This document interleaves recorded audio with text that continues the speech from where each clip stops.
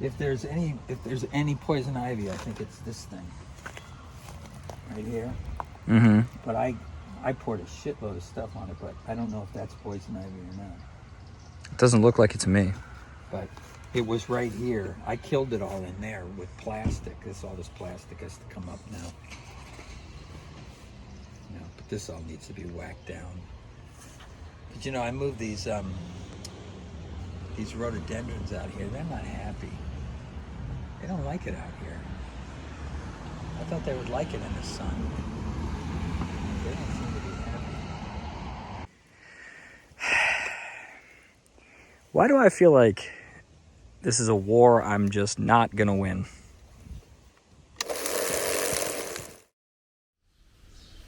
Welcome back. This is my old brush cutter. It's an Echo SRM-230, Japanese made, about 30 years old or so, and it's been enjoying the last 5 or so of those years leaning on the wall of my garage collecting dust. But I think it's time that we press this old machine back into service because my dad's property is very overgrown, and I don't think that his little Ryobi 18-volt grass trimmer is really gonna cut it. Pun fully intended. Now, when running, this is quite the machine. It'll blast through just about anything you can cut with a string head, and I guess you could put a blade on this if you wanted to and cut down small saplings or reeds. And it's pretty nice to use as well, not too much vibration, and it's relatively quiet. I used this machine for many years, and the only reason I sort of parked it was because it's pretty heavy. I got a much lighter SRM-210 a few years ago, and that's pretty much taken over my day-to-day trimming duties. Now, this machine has a couple of problems. The most pressing of which is that it doesn't run. Well, it kind of runs, but only with the choke fully on, which means you can't really rev the engine up at all, and if you can't rev up the engine, you can't really cut anything. The second you take the choke off, it just instantly stalls. The other problem is it's missing a couple pieces of rather important plastic. The first being a little cover that goes on the top here and covers up this socket head cap screw, which conveniently threads directly into the cylinder head and gets red hot while the engine is running, burning your elbow over and over and over again while you're cutting grass. Ask me how I know. The other problem is that this plastic guard here for the muffler is just disintegrating, probably from heat and age. And this isn't super important, but I mean, you can just stick your fingers in here and burn them on the muffler, which is less than ideal. So I went out and I bought a few parts, and I'm going to get this machine fixed up and try to use it to do some brush cutting. And I figure it's worth fixing this machine up. I'm sure I could go out and buy a new machine from Echo. They still make very high quality brush cutters, but I don't really feel like spending that much money on a new one, and I'm pretty convinced that this one can be fairly easily revived. Now, in the days of yore, I would remove the carburetor from the engine, I'd take the whole thing apart, and I would clean all of the intricate passages inside the carburetor, either with solvents or with an ultrasonicator, and then replace the gasket and the fuel pump diaphragm and reassemble the whole thing and hope that it worked. But in the days of now, through some combination of Far Eastern slave labor, global trade, and internet shopping, I just bought a brand new one, shipped to my door for about the cost of a sandwich. Now, I don't fully understand enough about economics to explain to you how this is even possible, or how they were able to not only sell me the carburetor, but also a new air filter, fuel line set, 2 primer bulbs, spark plug, and some ancillary gaskets and things for that one sandwich price. But you know, I'm not going to complain about a good thing. So I'll tell you a little story about this brush cutter. When I was about 15 or so, I could have been younger even, my dad and I bought this brush cutter off of, I think this was pre-Facebook Marketplace, so it was probably Craigslist. And it was a machine that had been used commercially, I think, because you can see where the sticker is all worn off of the shaft from putting this in one of those big trailer-mounted trimmer carrier things. And I got a really good price on it. How much? I don't remember. Because part of the spool was missing. I think it was like the actual spool itself. So all I had to do was go buy another string head, and it's basically been fine ever since. I don't remember if I've literally ever done anything other than that to this machine. I probably have, I don't remember it. Since I'm going to be changing these fuel lines and they're hard as rocks, I'm literally just going to cut them off. Go ahead and remove this here. This is the throttle cable.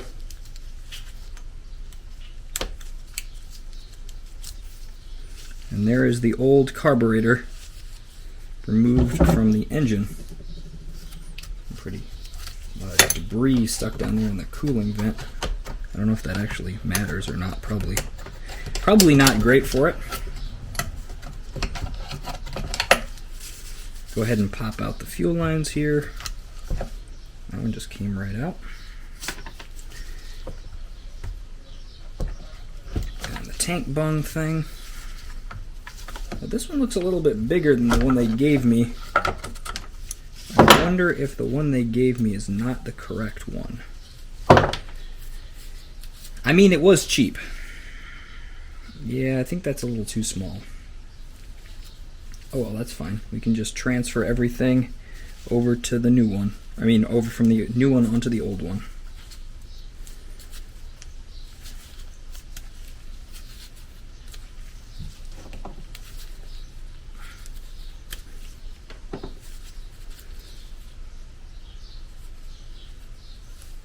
This little thing is a duckbill vent.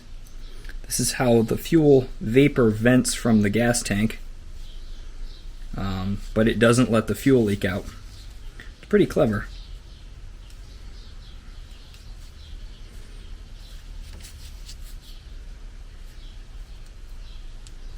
A lot of people have been leaving me comments asking me why I don't make more small engine videos. And the answer is, I just don't do this as much as I used to. And when I do, it's usually very simple jobs for like family and friends. I don't have a lot of interesting small engine content to make videos about. And I don't really think people want to watch me replacing Briggs & Stratton air filters over and over again. I certainly have no interest in watching that. So we can take our brand new carburetor here and install it. You know, this is probably atrocious for the environment and also the economy, but man, is it convenient. I've probably just summed up everything wrong with the human condition in one sentence. We'll go ahead and build ourselves a little carburetor sandwich here with these gaskets. Get the air filter housing and the screws. It is a hot one today. The sweat is literally just dripping off of my face. Of course, I don't remember what side the gasket's on. Okay, that one goes on the inside. That's what I thought.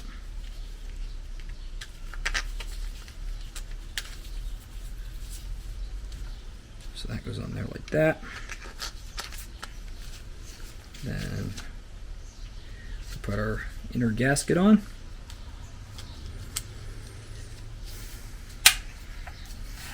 Go ahead and assemble this onto the machine.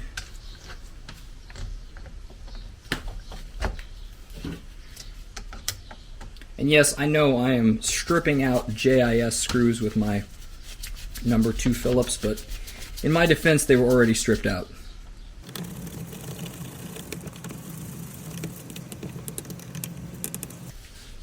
Okay. Put the little throttle cable back in.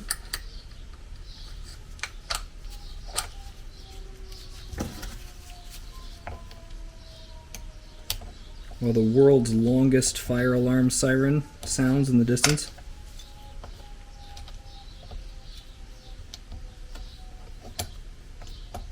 Still going. There we go.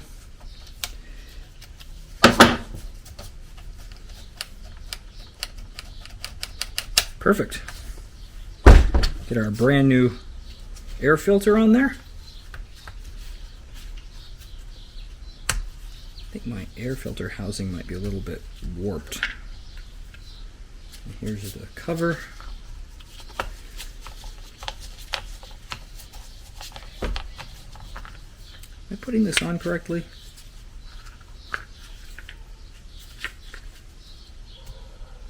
Thought so.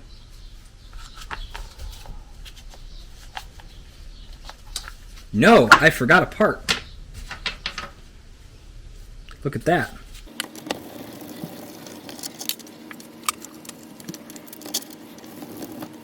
I'm doing this one at a time so that I don't upset the alignment of the carburetor sandwich here.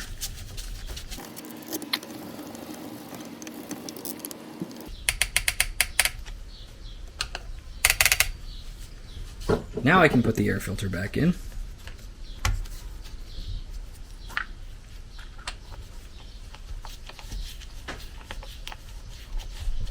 Hopefully this will tighten up. There we go. Look at that. Gonna put the little duckbill valve up into its little holder here. There we go. Brand new carburetor.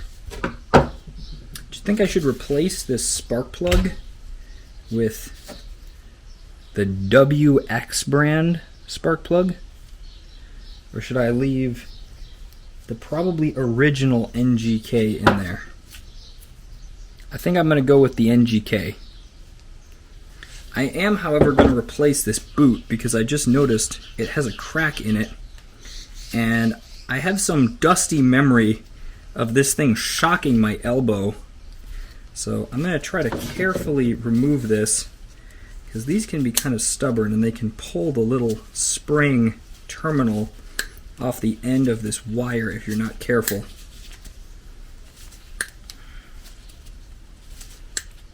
Let's just do that. It's honestly just easier. Here's another one. This is just a used one that I saved a million years ago. I don't even know where I got this, but it is an actual Kioritz one. I guess they're Yamabiko now. I don't know when that happened. I thought all the Echo equipment was built by Kioritz. Like this one, it says right here, Kioritz Corporation. But they're all made by a company called Yamabiko now. Still extremely good quality machinery. Probably the best, in my opinion, quality power equipment that you can buy. Although Stihl is quite good as well. Especially their chainsaws.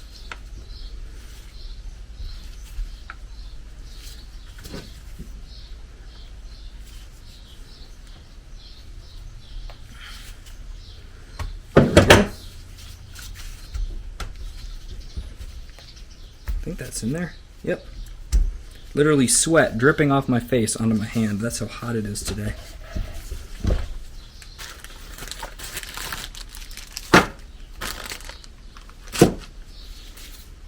Here's a little tip for those of you playing along at home. If you have some of these socket head cap screws and the Allen head is kind of worn out or it's like filled with dirt, get yourself a Torx driver and use that instead. The little slots in the Torx driver allow it to sort of get in there and push the dirt out of the way and actually make better contact with the fastener, with the head of the fastener, than the Allen key, which just sort of shoves the dirt all into the bottom. I'm not sure where I learned that, but it's really handy.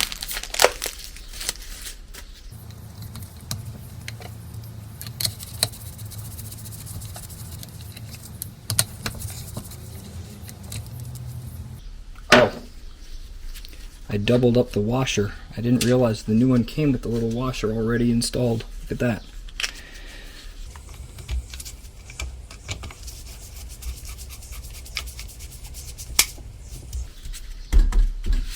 That's a little nicer, huh? Let's see if I can get this muffler cover off.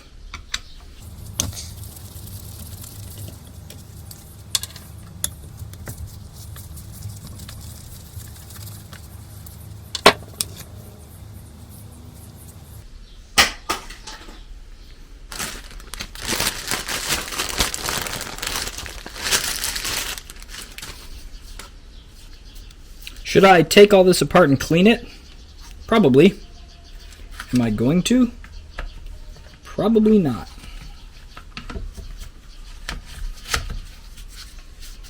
I will, however, soak this entire thing down in degreaser and wash it after I'm done.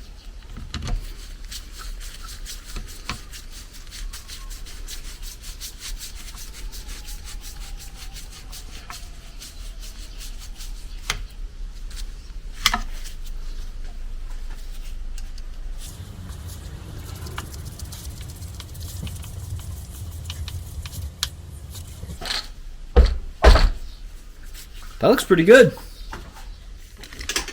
There we go. Just gotta go get some gas and see if it starts.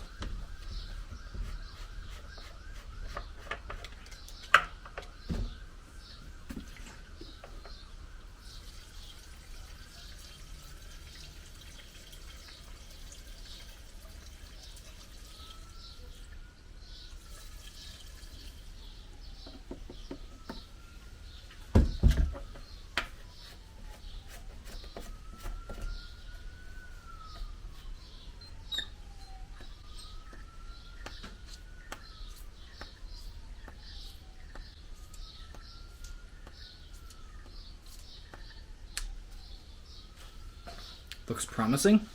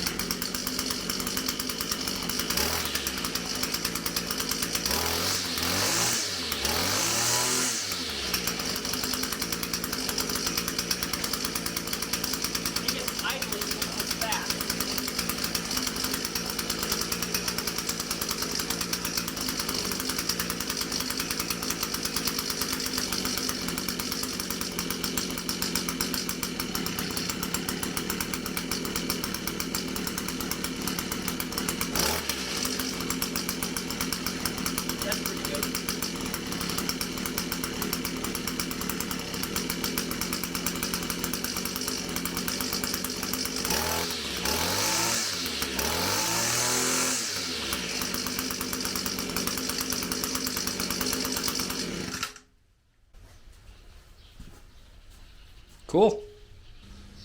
Well, I don't think you can beat that. This thing runs great. I'll have to wait until I can really do some bushwhacking to see how powerful it is. This is what I was talking about before, about how I think this machine was used commercially, because you can see where this label was worn away from it being in a trimmer carrier on a truck.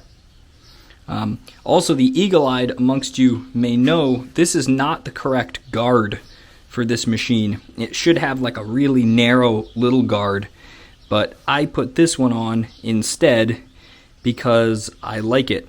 This is the older style Echo guard, and it really stops your shins from getting sandblasted if you like to brush cut in shorts like me, and just one of those modern speed feed heads on there, which works very well.